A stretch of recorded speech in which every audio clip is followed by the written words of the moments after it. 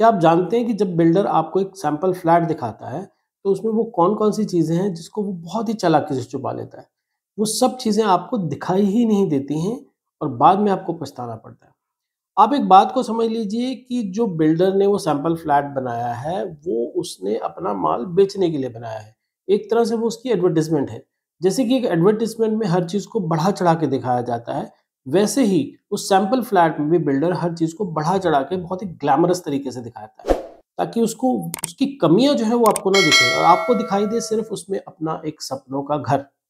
तो चलिए, आज के इस वीडियो में मैं आपको कुछ ऐसी टिप्स बताऊँगा, जिसको फ़ॉलो करने के बाद आप सैंपल फ्लैट जब भी देखने जाएँगे, तो उस फ्लैट में आप वो देखेंगे जो आप देखना चाहते हैं, ना कि वो जो कि बिल्डर आपको दिखाना चाहता है।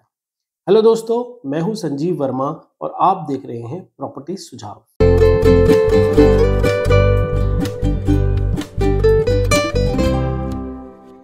जैसा कि आप जानते ही होंगे कि अंडर कंस्ट्रक्शन प्रॉपर्टी में बिल्डर एक सैंपल फ्लैट तैयार कर देता है, ये दिखाने के लिए कि उसका जब प्रोजेक्ट बन के रेडी होगा तो फ्लैट वो कैसा लगेगा।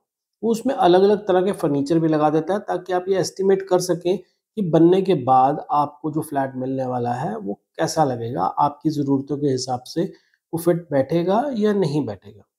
लेकिन उसके जो इंटीरियर डिज़ाइनर्स होते हैं, वो बिल्डर के कहने पे उस फ्लैट को इतने अच्छे से मॉडिफ़ाई करके, इतने अच्छे से उसका इंटीरियर कर देते हैं कि आपको उसकी कमियाँ दिखती ही नहीं हैं। आपको सिर्फ़ वही दिखता है जो बिल्डर आपको दिखाना चाहता है। आपने जैसे कभी मैजिक शो देखा हो, मैजिशियन क्या करता है? वो सब कुछ आपके सामने होता है, लेकिन आपको सिर्फ़ वही दिखता है जो एक जादूगर, जो मैजिशियन आपको दिखाना चाहता है। सेम यहाँ पर भी ऐसा ही होता है। आप सिर्फ़ वही देखते हैं जो कुछ बिल्डर आपको दिखाना चाहता है। मैं सबकी बात तो नहीं कर रहा, लेकिन बहुत सारे भोले-भाले होम बायर्स जो होते हैं, वो कमियों को नोटिस ही नहीं कर पाते हैं, जो कि उसके बिल्डर के फ्लैट के अंदर होती हैं और बाद में उनको फिर बहुत ही पछताना पड़ता है। तो चलिए अब फटाफट हम शुरू करते हैं इस वीडियो को और मैं आपको बताता हूँ वो टिप्स जो कि आपको ज़रूर लेनी चाहिए जब आप एक सैंपल फ्लैट देखने के लिए जाएँ। सबसे पहली टिप ये है कि सबसे पहले आप जिस घर में रहते हैं, आप उसकी मेज़रमेंट लीजिए। आपका रूम साइज़ क्या है, आपका लिविंग रूम साइज़ क्या है, आपके किचन का साइज़ क्या है, इसको आप एक पेपर पे नोट कर लीजिए और जब भी आप सैंपल फ्लैट देखने जाएँ, वो पर्चा, वो स्लिप आप साथ लेकर जाएँ और साथ में लेकर जाएँ एक मेज़रिंग टेप। जिस टेप से आपने अपना घर मेज़र किया होगा, वो टेप को आप साथ लेकर जाइए ताकि आप ये ठीक से मेज़र कर सकें कि जो जिस घर में आप अभी रहते हैं, जो अब आपको घर मिलने वाला है, उससे बड़ा है या छोटा है। ये आप अंदाज़ा नहीं लगाइए, ये आप एग्ज़ैक्ट फिगर्स लेकर जाइए। तो अपने साथ एक मेजरिंग टेप लेकर जाइए और अपने घर में, जिस घर में आप रहते हैं, उसका नाप ज़रूर लेकर जाइए। दूसरी टिप ये है कि जब आप सैंपल फ्लैट देखने जाएँ, तो आपके पास वो ब्रोशर होना चाहिए, जो कि बिल्डर ने आपको दिया हुआ है उस प्रोजेक्ट का। वो जो ब्रोशर होता है, उसमें सारी चीज़ें मेंशन होती हैं कि जब वो आपको फिनिश प्रोडक्ट मिलेगा, तो उसमें क्या-क्या चीज़ें लगी हुई होंगी। वो ब्रोशर उसने रेरा में भी फ़ाइल किया होता है, इसलिए वो उन सब चीज़ों से मुकर नहीं सकता कि वो क्या-क्या देगा।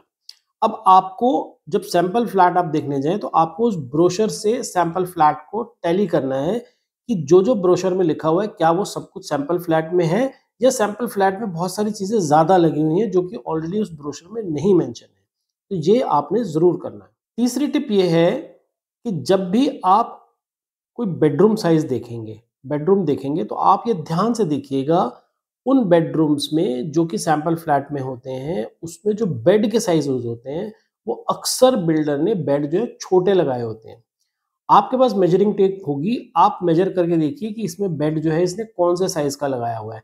अक्सर ये देखा गया है 80% 90% फ्लैट्स में, जिसमें बिल्डर क्या करता है कि उसमें क्वीन साइज़ बेड लगा देता है, जो कि आपके घर के जो बेडरूम होते हैं, डबल बेड होता है, उससे काफ़ी छोटा होता है। वो सिर्फ़ आपको स्पेस दिखाना चाहता है कि आपका रूम जो है वो काफ़ी बड़ा लगेगा बेड लगने के बाद भी। लेकिन आपको अक्सर ये ध्यान ही नहीं रहता कि ये बेड तो छोटा है। आपका तो उसमें बेड आएगा ही नहीं या आपका बेड आने के बाद तो इसमें जगह ही नहीं बचेगी। तो आपने बेड को ज़रूर तय करना है कि वो बेड जो है वो किस साइज़ के लगे हुए हैं। 4th चीज़ एक बहुत ही इम्पोर्टेंट चीज़ है जो कि मैंने बहुत सारे अपार्टमेंट्स में देखी है। बिल्डर क्या करते हैं कि जो डोर्स होते हैं, उसमें पल्ले जो होते हैं, जो डोर बंद करने वाले होते हैं, डोर्स वो लगाते ही नहीं है, वो सिर्फ़ चौखट लगाकर छोड़ देते हैं। क्योंकि डोर जो होता है वो स्पेस लेता है, जब आप उसे खोलेंगे, बंद करेंगे तो वो स्पेस लेता है। जब रूम साइजेस छोटे होते हैं और उसमें फर्नीचर उसने लगाया होता है, बेड भी छोटे लगाए होते हैं और दरवाज़ा भी नहीं होता, तो आपको ये आइडिया ही नहीं लग पाता कि दरवाज़ा बंद करने और खोलने के बाद वहाँ पे कितनी जगह बचेगी। तो बहुत ही चालाकी से ये बिल्डर जो है उसके पल्ले निकाल देते हैं और आपको ये पता ही नहीं चलता। जनरली मैंने देखा है कि लोगों को ये चीज़ें नोटिस ही नहीं करते कि उसमें पल्ले तो लगे ही नहीं है। दरवाज़ा लगने के बाद कस्टमर जो होता है, जो बायर होता है, वो आता है एक दरवाजे से दूसरे दरवाजे अंदर चलता रहता है, लेकिन वो नोटिस ही नहीं करता इसमें पल्ले तो लगे ही नहीं हुए। तो आपको ये ज़रूर ध्यान देना है कि उसमें दरवाजे लगे हुए हैं या नहीं लगे हुए हैं। एक बहुत और इम्पोर्टेंट चीज़ नोटिस करने वाली है कि आपको ये देखना है कि आपके फ्लैट में धूप आएगी या नहीं आएगी। आप सारी बालकनीज़ को कवर कीजिए। अगर आपके पास मोबाइल में कैंपस का एक ऐप डाउनलोड कर लीजिए और आप देख लीजिए कि किस डायरेक्शन में वो है और आपके सामने वाली जो बिल्डिंग बनेगी, उसमें कितनी बड़ी बिल्डिंग बनेगी, आपको धूप आएगी या नहीं आएगी। मैं आपको 2-3 छोटे-छोटे टिप्स बता देता हूँ। जो ईस्ट फेसिंग घर होते हैं, उसमें जो ईस्ट फेसिंग बालकनीज़ होंगी, उसमें सिर्फ़ चढ़ती धूप आती है सुबह 10 बजे तक की, 9 बजे तक की, उसके बाद उसमें धूप नहीं आती है। जो नॉर्थ फेसिंग घर होते हैं उसमें बिल्कुल भी धूप नहीं आती है। जो नॉर्थ फेसिंग बालकनीज़ होती हैं उसमें बिल्कुल भी धूप नहीं आती है। जो वेस्ट फेसिंग होती हैं उसमें 12 बजे से लेके 3-4 बजे तक धूप रहती है और जो साउथ फेसिंग होते हैं उसमें ज़्यादातर 10-11 बजे से लेकर 10 बजे से लेकर शाम को 4-5 बजे तक धूप होती है। तो आप उस हिसाब से ये ज़रूर चेक करिए कि धूप आएगी या नहीं आएगी, स्पेशली अगर आप नॉर्थ इंडिया में घर ले रहे हैं, क्योंकि यहाँ पर विंटर्स में बहुत सर्दी पड़ती है, तो धूप की बहुत सख्त ज़रूरत होती है और धूप तो वैसे भी चाहिए होती है, हर घर में धूप की ज़रूरत होती है। तो आप ये ज़रूर चेक करिए कि उस घर में धूप आएगी या नहीं आएगी, जो भी आपको सैंपल फ्लैट मिलने वाला है। कई बार क्या होता है कि जो बड़ी मेन बालकनी है, वहाँ पर तो धूप आती नहीं, जो बेडरूम के साथ छोटी-सी बालकनी होती है, उसमें धूप आती है, तो उतनी छोटी बालकनी का आप क्या करेंगे? उसमें घर के 4 लोग भी नहीं बैठ सकेंगे।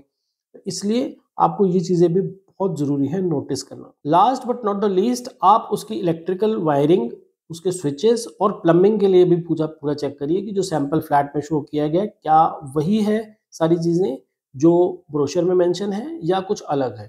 क्योंकि बहुत सारी ऐसी चीज़ें ये छोटी-छोटी होती हैं जो कि आपको उस टाइम पे नहीं पता चलता, बाद में आपको सारी ये चीज़ों की इम्पोर्टेंस पता चलती है।